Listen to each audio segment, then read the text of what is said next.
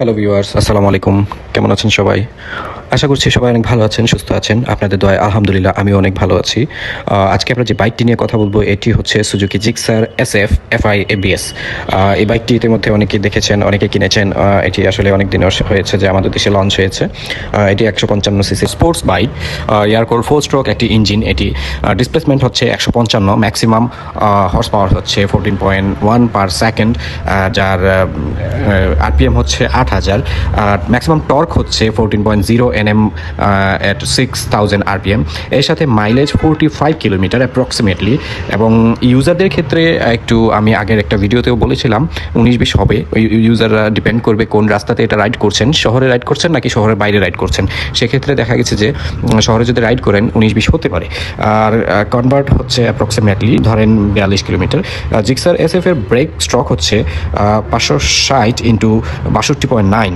Fuel system হচ্ছে fuel injections, আর এটার cooling system হচ্ছে এয়ার কুলড। এটি স্টার্টিং মেথড হচ্ছে ইলেকট্রিক, এবং এটা যেহেতু 155 সিসির একটি বাইক, এটাতে গিয়ার পাবেন আপনার অ্যাজ ইউজুয়াল 5টা, MT clutch wheel, multiple plate. And Gixxer SF engine oil grading system হচ্ছে 10W40। এখন আমি বলবো এটার বডি নিয়ে।